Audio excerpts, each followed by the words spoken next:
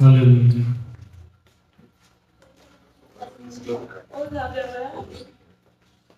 Aleluia a Deus. Deu pra esticar a perna, Glória a tomou um Deus. cafezinho, tomou água. Você trouxe sua Bíblia? Eu sei que eu falei pra você trazer papai e caneta, mas é bom trazer Bíblia também. Bruno, não trouxe. Anota. De novo, vai estar gravado. É bom você anotar o texto, você entender os pontos que chamam a atenção.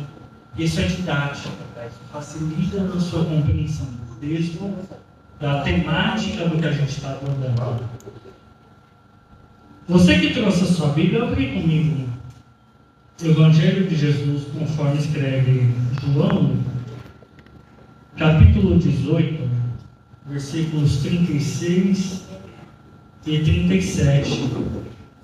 A gente vai falar agora, talvez seja um tema que eu, desde quando eu comecei a falar de Bíblia e teologia, é o que mais dá frio na barriga, porque é novo para mim.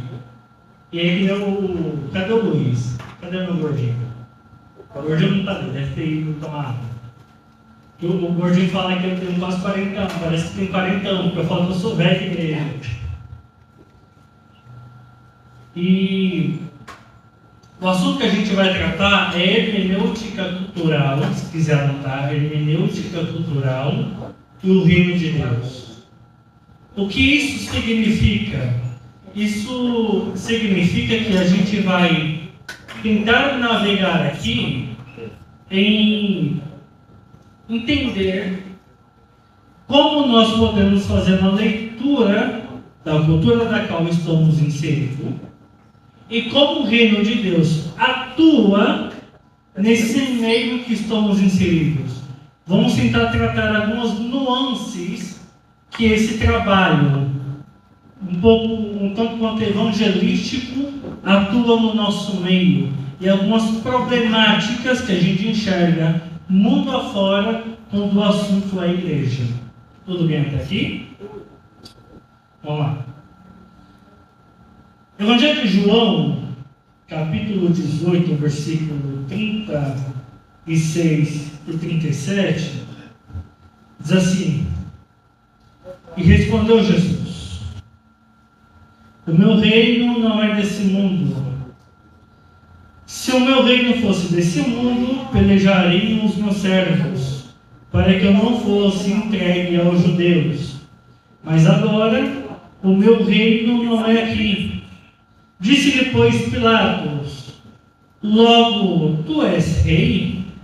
E Jesus respondeu: Tu dizes que eu sou rei.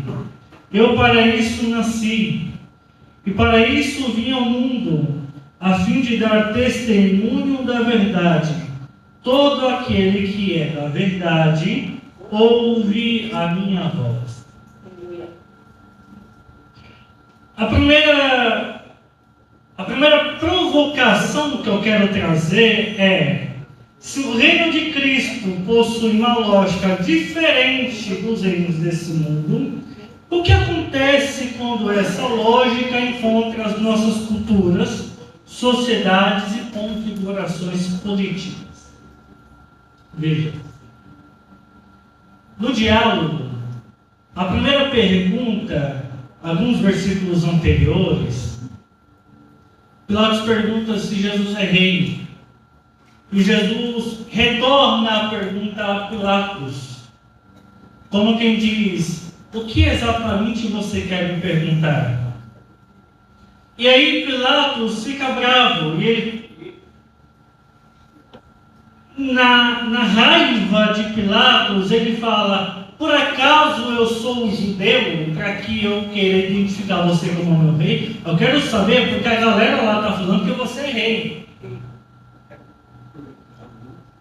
A resposta de Jesus ela é muito curiosa, porque veja, Jesus ele diz: o meu reino não é desse mundo. Pilatos fica doido.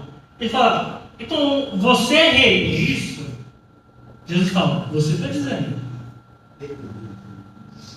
O que Jesus está dizendo é: você está dizendo que eu sou rei de acordo com a sua concepção de reino.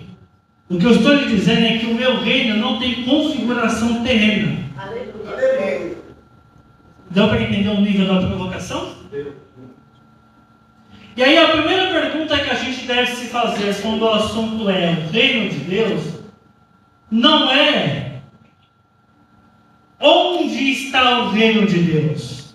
A primeira pergunta que devemos fazer é: o que é o reino de Deus? Porque se a gente perguntar o que é o reino de Deus, a gente pode confundir o reino de Deus com o céu. O reino de Deus não é céu. Alguém pode dizer: o reino de Deus é onde a igreja está. Não necessariamente, porque o reino de Deus não é a igreja. Bruno, e o que é o reino de Deus? O que é o reino? E aqui a gente começa nosso primeiro bloco, que é definir. A palavra grega, se quiser anotar aí, para reino, é basileia. A palavra grega para reino é basileia. Os textos do Novo Testamento que vai tratar do reino de Deus, na palavra reino, fala-se basileia. E o que isso significa? Significa reino, realeza, domínio ou o ato de governar. Então veja, o reino de Deus é a sua realeza, a sua autoridade de governo, diferente de céu e diferente de igreja. Quando falamos do reino de Deus, não podemos confundir esses termos. O reino não é uma região, uma fronteira, um povo, mas o reinado, ou seja, o ato de governo e a autoridade de Deus. É um pouco confuso, eu vou tentar traduzir.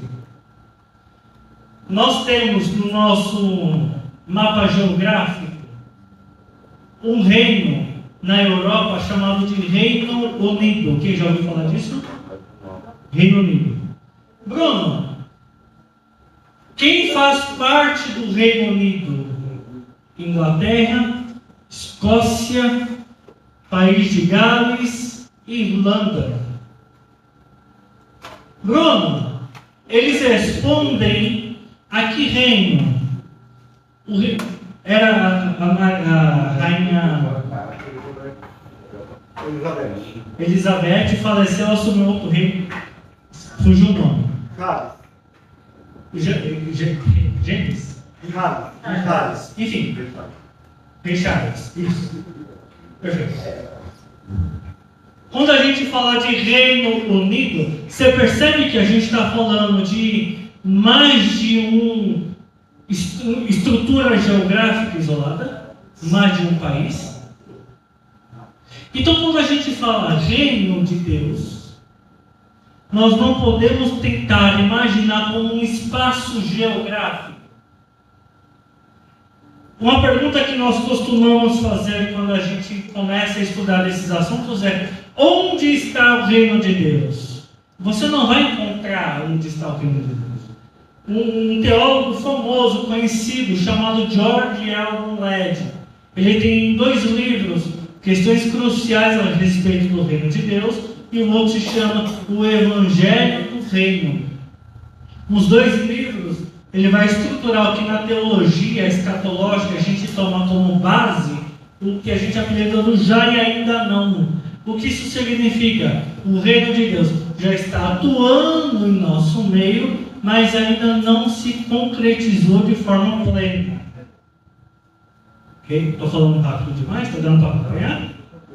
Então, quando a gente fala de Basileia, nesse nosso cenário atual, o que a gente está dizendo é o ato de governar de Deus.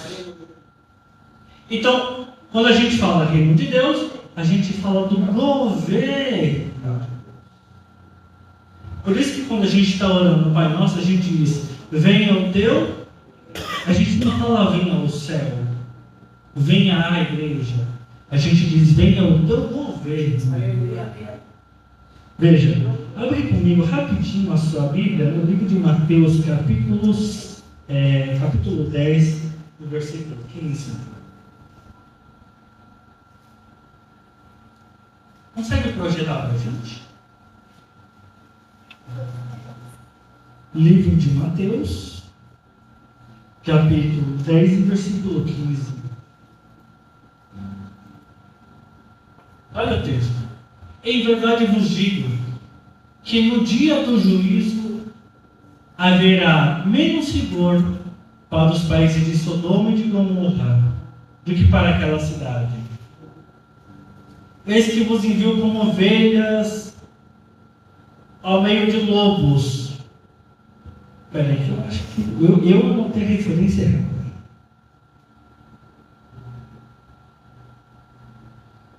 Mas que eu já acho.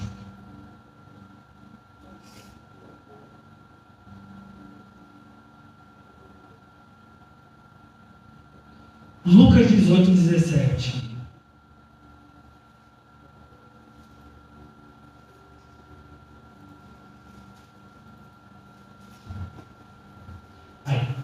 Em verdade eu digo que qualquer que não receber o reino de Deus como uma criança ou como um menino, não entrará nele. Pode deixar. Veja, ele não está falando de receber o céu. Ele não está falando de receber igreja. Ele está falando de receber o governo de Deus como uma criança. Com o coração aberto, submisso, disposto a obedecer, sem ficar questionando. Agora, é proibido questionar a Deus de jeito e maneira. Teu filho não te questiona, nem por isso ele deixa de ser teu filho. Mas aqui o ponto de Jesus é, mesmo questionando, o teu filho te obedece. Quem não receber o reino, o governo de Deus, dessa forma, não vai entrar nele. Você percebe que há uma nuance de primeiro você receber o governo e depois você entrar no reino de Deus? Consegue entender a diferença? A gente não está falando aqui de salvação. Esse texto não está falando de salvação. Porque essencialmente você tem que ser salvo para fazer parte do reino de Deus. Não tem como um não salvo fazer parte do reino de Deus. Porque o não salvo não tem condições de obedecer a Deus. Dá para entender até aqui? Vamos lá. Abre comigo o livro de Efésios, capítulo 3, versículos do 8 ao 12. Efésios 3, versículos do 8 ao 12. A mim, o menor de todos os santos, me foi dada essa graça de anunciar entre os gentios, por meio do Evangelho, as riquezas incompreensíveis de Cristo, e demonstrar a todos qual seja a comunhão do mistério, que desde os céus esteve oculto em Deus, que tudo criou por meio de Jesus Cristo, para que agora, através da igreja, a multiforme sabedoria de Deus seja conhecida dos principados e potestade nos céus, segundo o eterno propósito que fez em Cristo Jesus, o nosso Senhor, no qual temos ousadia e acesso com confiança pela nossa fé nele. Então veja, o que Paulo está falando aqui é que o evangelho que ele está anunciando de Cristo, a igreja não é o objeto último desse evangelho. A igreja é o meio pelo qual o evangelho do reino vai perpassar e alcançar o mundo. Quando a gente fala do reino de Deus e do governo de Deus, a gente entende a igreja como um veículo de comunicação desse reino. Como alguém que vem à frente anunciando: olha, tem um rei que ele está a caminho para conquistar esse lugar. Arrependam-se, não ofereçam resistência, porque ele é mais forte do que vocês. Esse é o anúncio que os arautos do Evangelho fazem para o diabo e para o pecado. Não crie resistência, não tem como resistir ao reino de Deus. É isso que diz o texto, que as portas do inferno não conseguem permanecer diante da igreja. Não é que a igreja vai apanhar e vai resistir às pancadas do inferno. Significa justamente o contrário, que onde a igreja chegar, anunciando o reino de Deus, o reinado que estiver ali vai ser vencido. Está dando para entender até aqui? Não é um espaço físico, é uma cultura que vai se construindo. Vamos lá?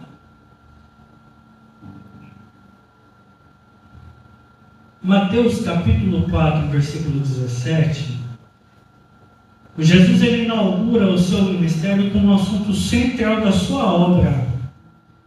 Ele diz: arrependei-vos, pois é chegado o reino dos céus.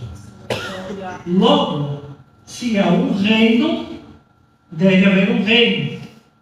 E se há um rei, deve haver uma forma de vida correspondente ao governo desse rei. Não tem como nós sermos partícipes do reino de Cristo sendo diferente da cultura de Cristo, dos ensinos e da estrutura que ele estabeleceu nos evangelhos. Tudo bem até aqui? Segunda provocação, quando a gente fala sobre o reino, um assunto que surge à tona e que virou um jargão no nosso meio é a cultura do reino. Só que os meninos que já tiveram aula aqui comigo sabem, eu gosto de partir da definição. O que é cultura? O que exatamente estamos dizendo quando falamos de cultura? Em linhas gerais, para quem quiser anotar, cultura significa uma rede de significados, valores, práticas, símbolos, hábitos e narrativas por meio da qual uma comunidade interpreta a realidade e organiza sua vida cotidiana. Vou falar de novo. Cultura significa uma rede de significados, ou seja, existem coisas que significam para nós brasileiros uma coisa, para os nossos vizinhos argentinos, chilenos, peruanos, não significam a mesma coisa. Valores. Existem coisas que para nós têm um valor considerável, que para uma outra cultura não tem. Exemplo, estrutura de casamento. Para nós ocidentais, é muito normal, dentro dos nossos valores, a monogamia. Em outras culturas, a poligamia. Está dando para entender onde eu quero chegar? C.S. Lewis, ele escreve um livro chamado Cristianismo por Simples. Ele vai tratar de um assunto chamado leis universais. Dentro desse assunto de leis universais, ele fala o seguinte: existem coisas que, independente da cultura, ela é imoral. Então, por exemplo, a infidelidade, a traição, ela tem o mesmo peso para uma estrutura de monogamia e para uma poligamia. Porque um contrato matrimonial foi rompido. E o assunto que ele vai destrinchar, não é o ponto que a gente quer entrar aqui agora, não é qual que está certo de configuração de casamento, mas é o valor moral em diferentes culturas. Deu para entender? Vamos lá. Práticas, símbolos, hábitos e narrativas pelos quais uma comunidade interpreta a realidade em que está e organiza sua vida. A cultura nos molda sem que consigamos perceber, pois estamos envolvidos em seu discipulado, em seu aprendizado, desde o nascimento até o óbito. Somos influenciados pelas noções de família, sucesso, dinheiro, moralismo. Afinal de contas, nós não somos formados apenas pelo que acreditamos, mas também e principalmente pelo que amamos e praticamos. Então veja, eu posso vir aqui te trazer uma lista de coisas certo e errado. Sim ou não? Só que dentro dessa lista de coisas de certo e errado, a cultura na qual você foi inserido não julga da mesma forma. Exemplo, não vou entrar no assunto, não vou nem dar margem para a pergunta no assunto. Vinho. Ok? No Brasil, os cristãos interpretam de uma forma, em outros países de outra forma. Aqui a gente julga certo e errado de um modo, os cristãos de outros países com a mesma Bíblia julgam de outra forma. Está dando para entender? Sim. Cultura não envolve só aquilo que a gente entende, intelectualmente falando. Envolve o que aprendemos na vivência. Você pode aprender a falar o português porque você cresceu ouvindo português na sua casa e não conseguir conjugar um verbo. Porque você pode entender o idioma pela prática e não pela compreensão intelectual, porque uma coisa não tem nada a ver com a outra. E aqui eu venho para um outro ponto que a gente pode abrir aqui. Nosso modelo de discipulado, ele é equivocado, porque a gente entende o discipulado como enxutar informação para o crente até que ele decore uma lista de deveres, quando na verdade o discipulado é eu levar a uma cultura de experiência e contato para que ele tenha um aprendizado sentimental com o cristianismo. Você não ensina uma criança a ler e escrever, dando para ela um livro e falando, olha, leia, você não entendeu, me pergunte. Você ensinou a criança mostrando imagens. Olha, está vendo isso daqui? É uma bola, isso daqui é um dado, isso daqui é uma... Deu para entender? No Evangelho é a mesma coisa. A gente precisa ilustrar o aprendizado. Por isso que Paulo diz, a gente tem que ser imitador de Cristo. Você não consegue imitar a Cristo? Imita a mim, que eu imito a Cristo. Seja meus imitadores como eu sou de Cristo. Deu para entender? Quando a gente fala da cultura, a gente precisa ter um cuidado. Porque toda a cultura humana, ela tem elementos bons, neutros e elementos pecaminosos que são incompatíveis com o reino. Então, o cuidado que a gente tem que ter é a afirmação de a minha cultura, o local onde eu cresci, o modo como eu fui criado, ele é perfeito, ele é um modelo para os outros. Talvez não seja.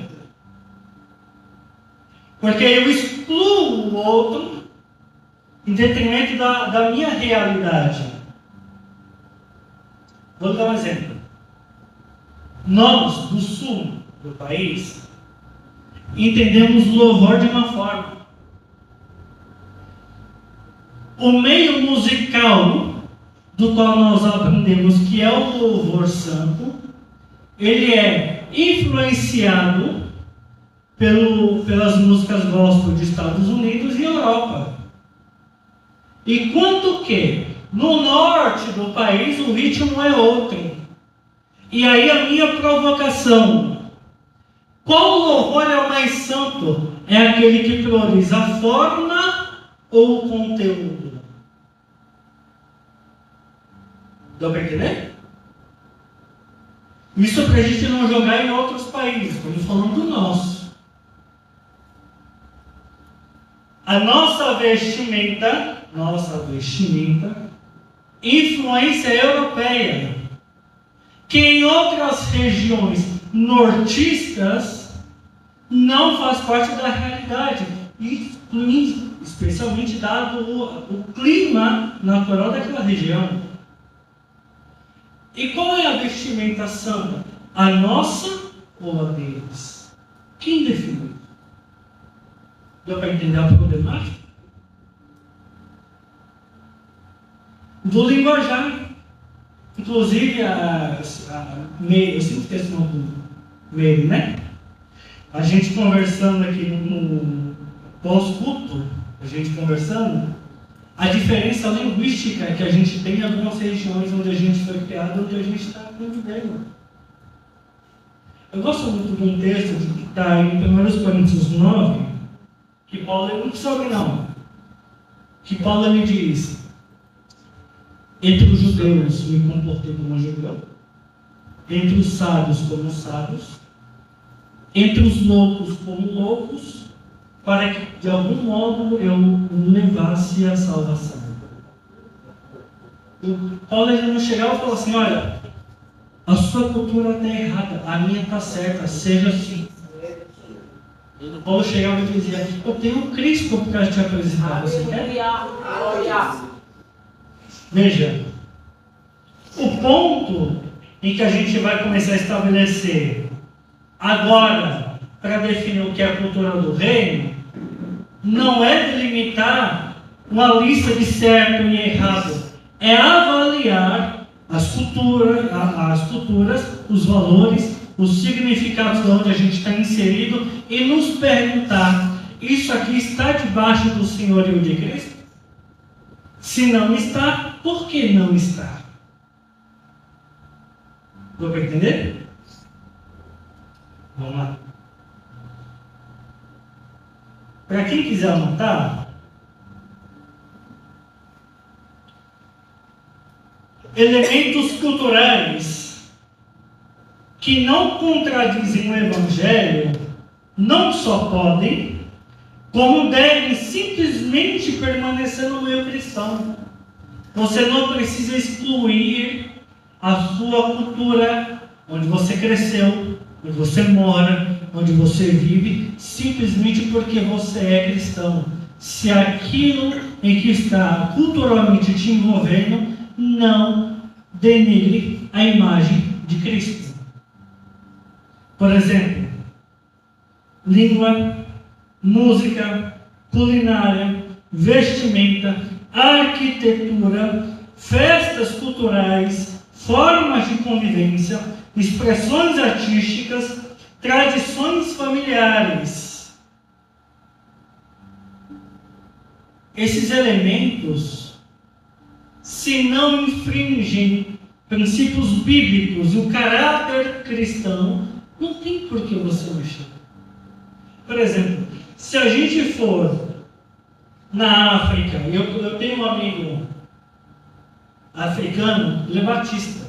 Quem já foi em culto batista sabe, é totalmente o oposto de um culto pentecostal. Só que você olha o culto batista lá, você fala, os caras só estão falando em línguas. É diferente do culto batista aqui.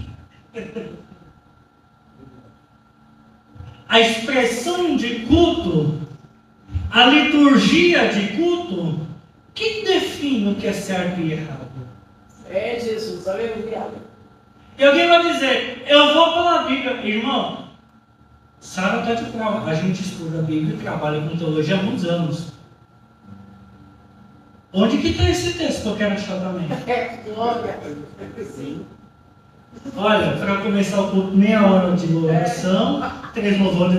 Irmãos, eu preciso encontrar esse texto litúrgico. Não tem. O princípio basilador da liturgia é a comunhão e a celebração de Cristo. Bruno, a Santa Ceia, a gente celebra uma vez por mês, a cada 15 dias, uma vez por ano? Irmão, não sei. Não sei. O texto não diz isso. Os textos não dizem isso. Tem igrejas que celebram a ceia todos os dias. Você percebe que, às vezes, a configuração que a gente cresceu, até mesmo na fé, ela mais exclui do que inclui. Exatamente.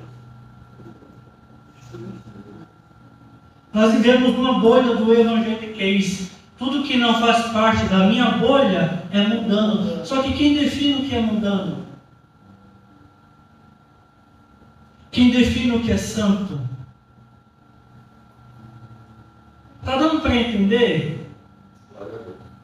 Nem sempre as coisas são preto no branco. Como a pastora trouxe do assunto de hermenêutica. Quando a gente vai falar da Bíblia, a gente está falando de um outro continente, de um outro tempo, de um outro idioma, distante de nós, com outras realidades culturais. Então, o que me dá o direito de achar que o meu é o certo? A pergunta que eu tenho que fazer não é se o jeito que a igreja ministra sua liturgia é certo ou errado. Ela pode excluir a minha comunhão com aqueles irmãos. A pergunta que eu devo fazer é: esse culto fala de Cristo? Eita, coisa linda. Aleluia. Esses ensinos tratam de Cristo? Aleluia. Essas dinâmicas nos ensinam Cristo? Ele me coloca debaixo do senhorio de Cristo? Fazendo isso, eu me aproximo mais de Cristo? Vou explicar melhor. Quando a gente fala de questões, exemplo, alcoólica no Brasil, por que se tornou proibitivo?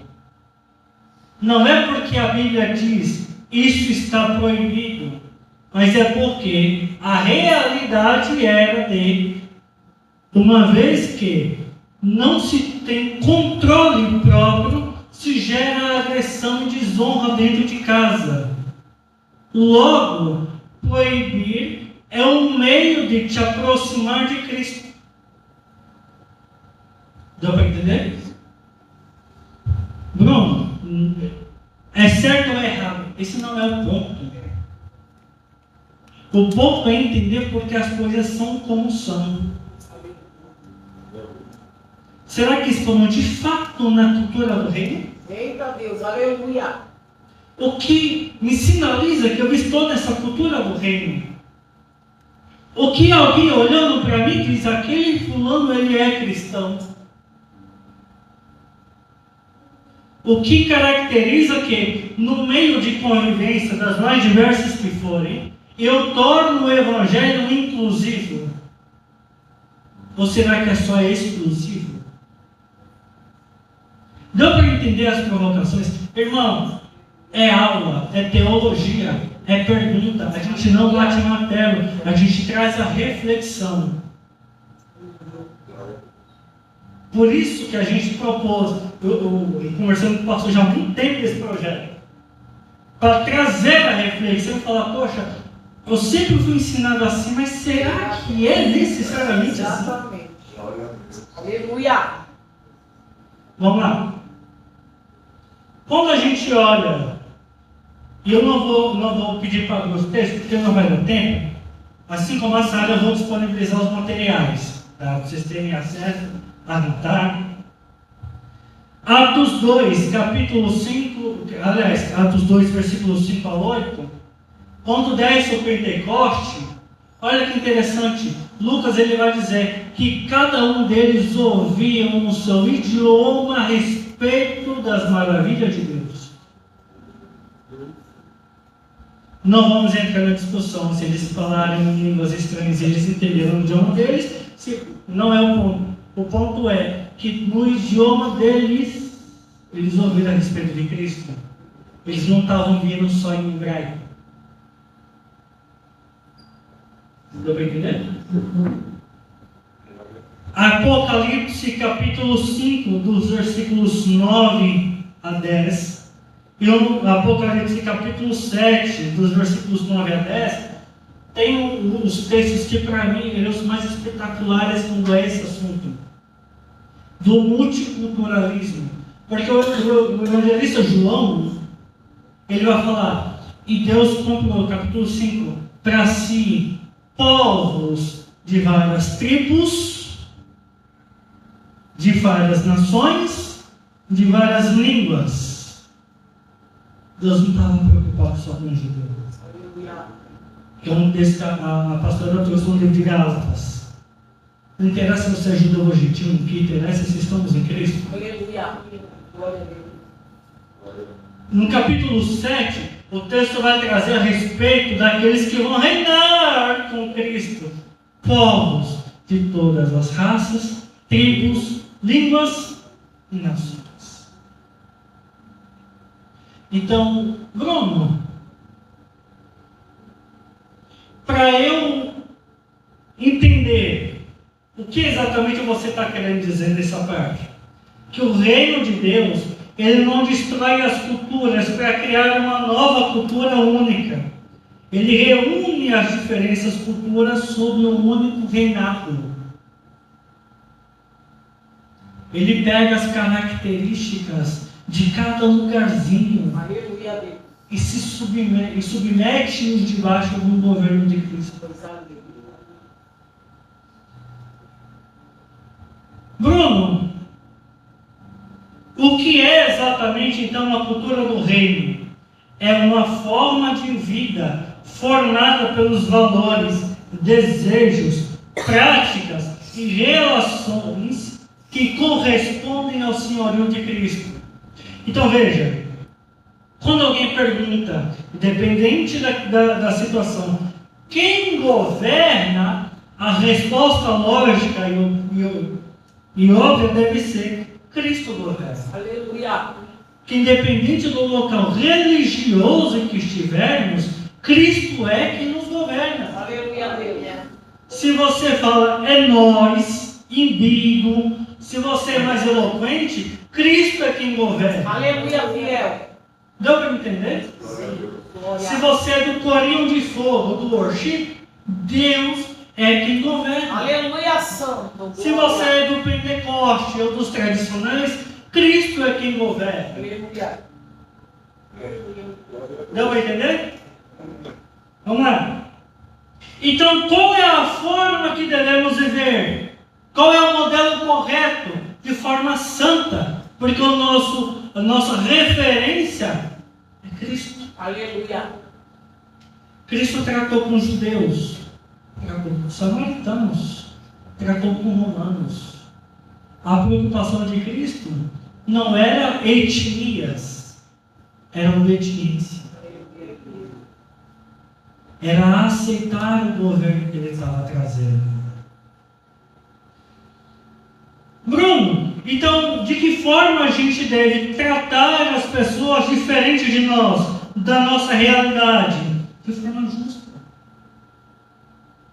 Não é porque é diferente que é inferior por eles. É diferente porque é diferente, tem realidade diferente. Mas ele é tão filho de Deus quanto nós. Aleluia. Bruno,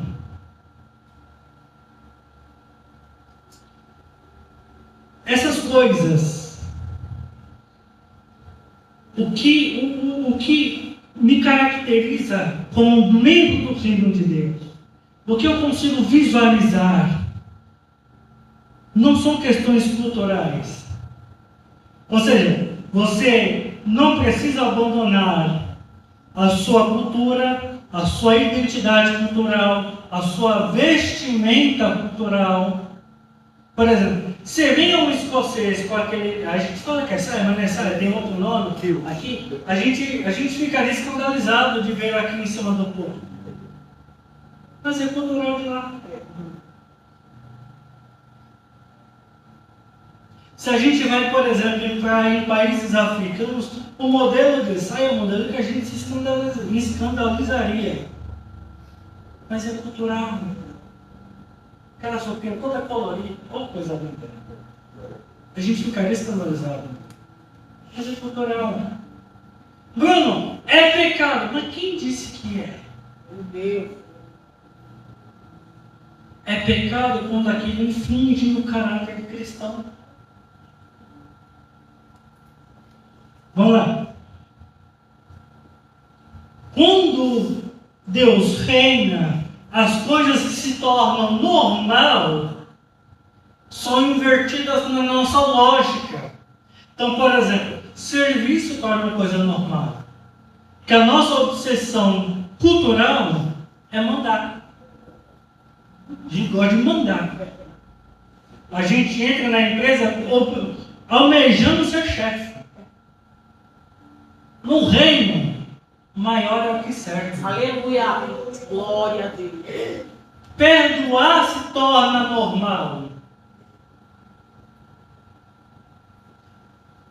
É normal a gente querer vingança.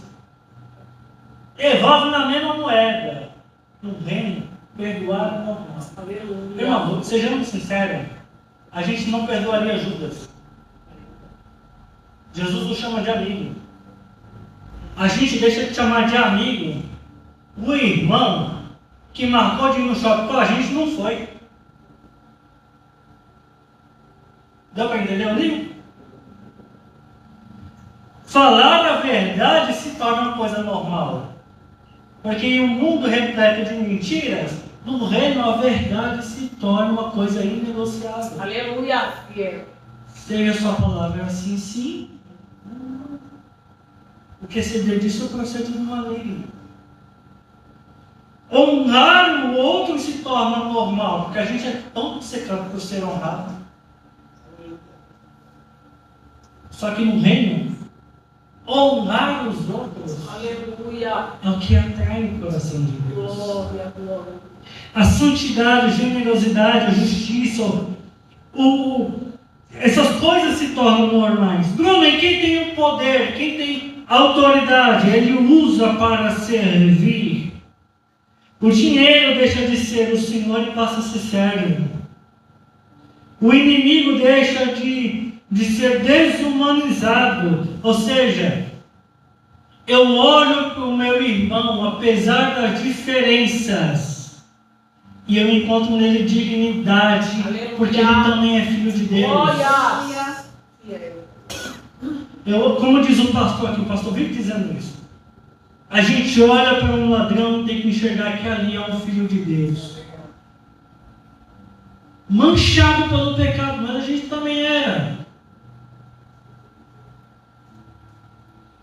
Então, no reino, o estrangeiro deixa de ser estranho, ele passa a ser um partícipe de nós. Aleluia. No reino, a comunidade deixa de ser construída pelo interesse e passa a ser construída pelo afeto, pelo amor. No reino as coisas se invertem. No reino a gente fala igual Paulo, eu tinha minhas posições e privilégios, mas quando eu encontrei Cristo, isso tudo virou lixo. Glória a Deus. Está dando para entender? O reino, ele cria uma nova humanidade. Porque aqui, a gente entra numa estrutura de cultura que não é mais uma questão intelectual, de uma cultura de certo e errado. A cultura aqui agora é uma pessoa, Cristo. Glória. O novo homem que o texto fala, não é eu ser um novo homem. É eu ser um Cristo. O novo homem é Cristo. Os valores estão em Cristo. As construções de moralidade estão em Cristo. Então, em Cristo, uma nova cultura é gerada.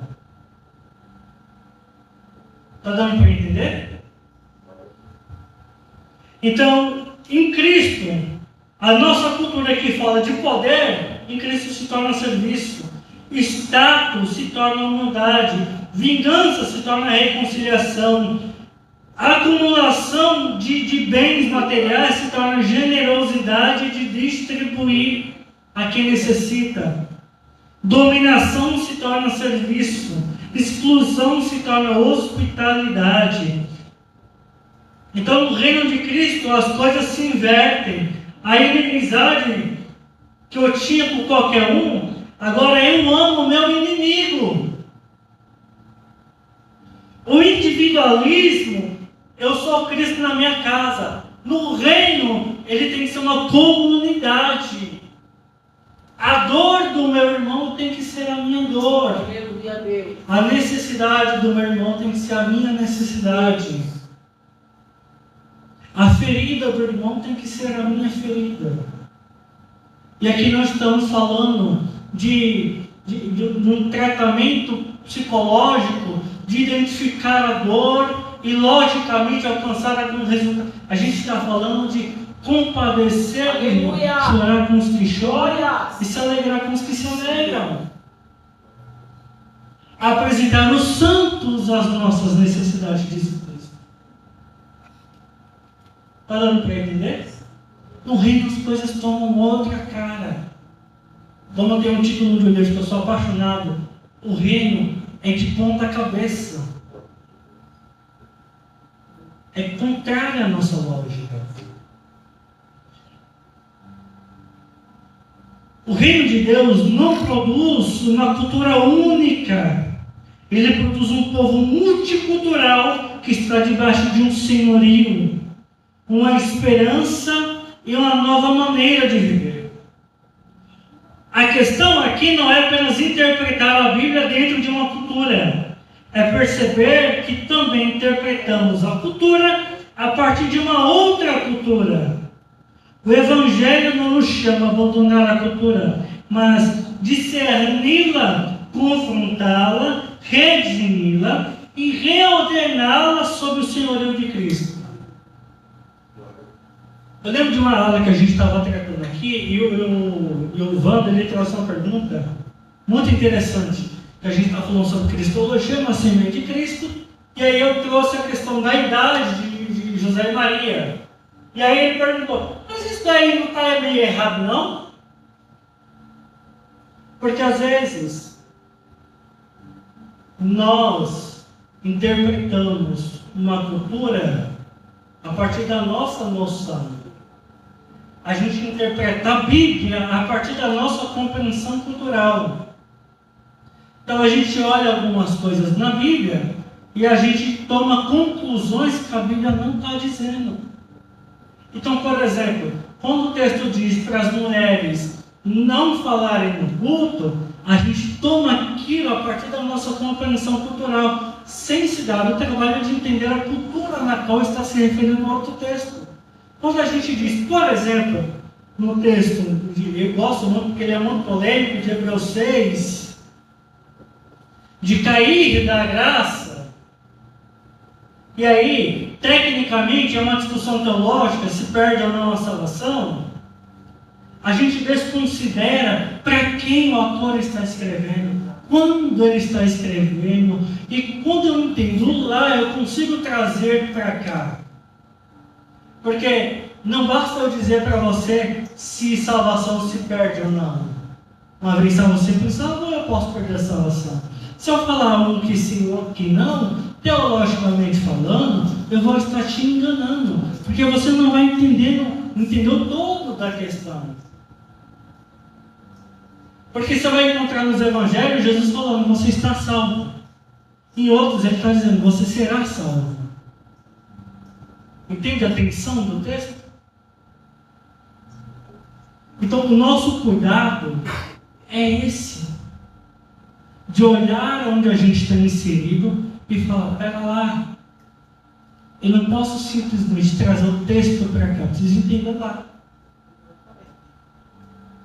Quando a gente vai evangelizar, por exemplo, regiões afastadas dos grandes centros, eu já estou encerrando, tá? A gente diz, porque a ceia é com pão e suco de uva. E alguém pode perguntar em regiões mais carentes, Bruno, a ceia pode ser servida com banana e água? Sim ou não? E se lá não tiver como? Deixa de ser? Entende a atenção? Entende que às vezes a gente se apega ao formato e exclui sem o conteúdo? formato é bonito, mas a gente precisa do conteúdo. A estrutura litúrgica que a gente tem é bonita. A gente precisa do conteúdo. Eu não posso vir aqui falar para vocês, olha, levanta a mão e recebam a chave. Queria muito, irmão. Até para mim. Mas quando a gente olha a estrutura que a Bíblia nos apresenta, ela está preocupada com o conteúdo. Aleluia. Bruno, qual é o jeito certo de pregar? Temático expositivo. Cristo. Glória. Cristo. Tem pregações que você ouve por aí afora, fala de tudo, menos de Cristo. Bruno, qual é a igreja certa para eu identificar que eu tenho que ficar? Aqui trata de Cristo. Aleluia. Porque não é placa, não é linha teológica, é Cristo. A última provocação para a gente encerrar é o reino no nosso bairro. Ou seja, a igreja como testemunha pública do reino. Se o reino chegou, o que a cidade deve perceber por causa da presença da igreja? Qual é a diferença que o bairro sente quando a igreja é inaugurada? Quando a gente lê, por exemplo, Mateus 5, a ação e a dimensão de Cristo, ela é pública e social do reino. Sal da terra, luz do mundo e que brilha a luz sobre os homens. Tudo público, social. Lucas capítulo 4, do versículo 18 a 19, Jesus ele pega o texto e lê no meio da sinagoga um relato de Isaías, se autodeclarando como Messias, e ele diz que a sua missão era alcançar pobres, cativos, cegos e oprimidos. Ou seja, o reino não pode ser apenas uma questão intelectual. Ela precisa ser prática, uma realidade que alcança as pessoas. Se a sua igreja fechar as portas amanhã, ela vai fazer falta?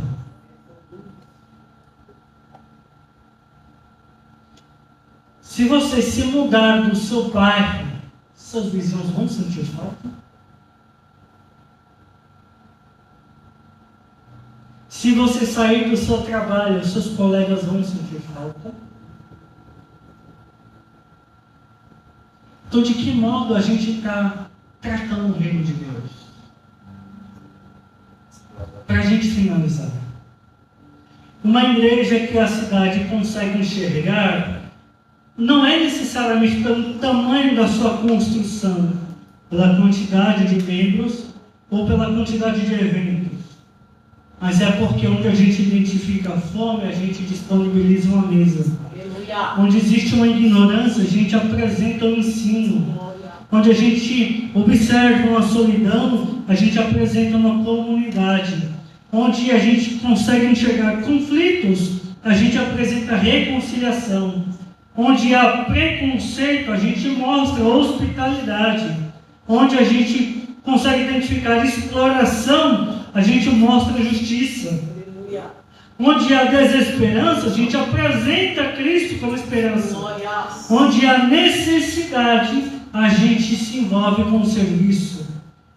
A igreja não manifesta o reino de Deus quando consegue fazer a cidade se parecer com a igreja. Ela manifesta o reino de Deus dentro da onde ela está envolvida, quando se torna visível o caráter de Cristo. Porque a gente não só pode parecer cristão, como tem muita gente que parece cristão e é demoníaco. A gente tem que mostrar Cristo, para que elas enxerguem Cristo e não uma religião. Aleluia, Deus. É como você está falando com alguém e a pessoa fala, cara, eu aprendi tanto de Cristo com você que nem parece que você é de uma igreja. Já ouviu isso? Porque não se trata de placas. Aleluia. O reino é muito maior do que isso.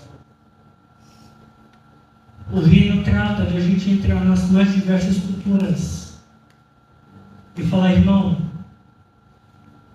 Cristo é o Senhor da sua vida.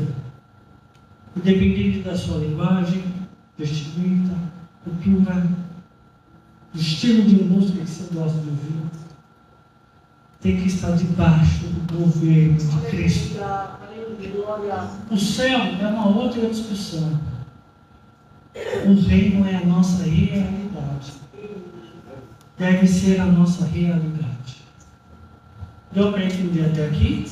Amém. Se coloca de pé. Amanhã tem mais.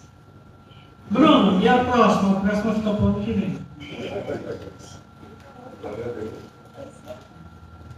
Deu para perceber que é diferente de culto, de pregação? Isso é teologia. Tá? Bruno, por que você fez isso? Eu conversei com um pastor um tempo atrás. E a gente falou assim, pastor, a gente podia trazer teologia de forma acessível, né? E aí ele falou assim, não, organiza, chama a galera e vem. Igreja está aberta para ele. Como que ela faz? Estou precisando ouvir. Por quê? Porque a pastora, o Renatinho, o Bruno, a gente já pagou não só a inscrição, como custo de viagem e alimentação para ir em conferência para teologia. É enriquecedor, mas tem gasto. E tem gente que não tem condições. Tem gente que não tem condições de comprar um livro teológico, porque ele é caro. É que agora está mais barateado, mas na época que eu comecei a estudar, o livro mais barato era R$60. Mais barato. Era um livro de entrada. E aí é uma coisa que eu sempre tive no meu coração. Eventos teológicos carregados de teologia de forma acessível.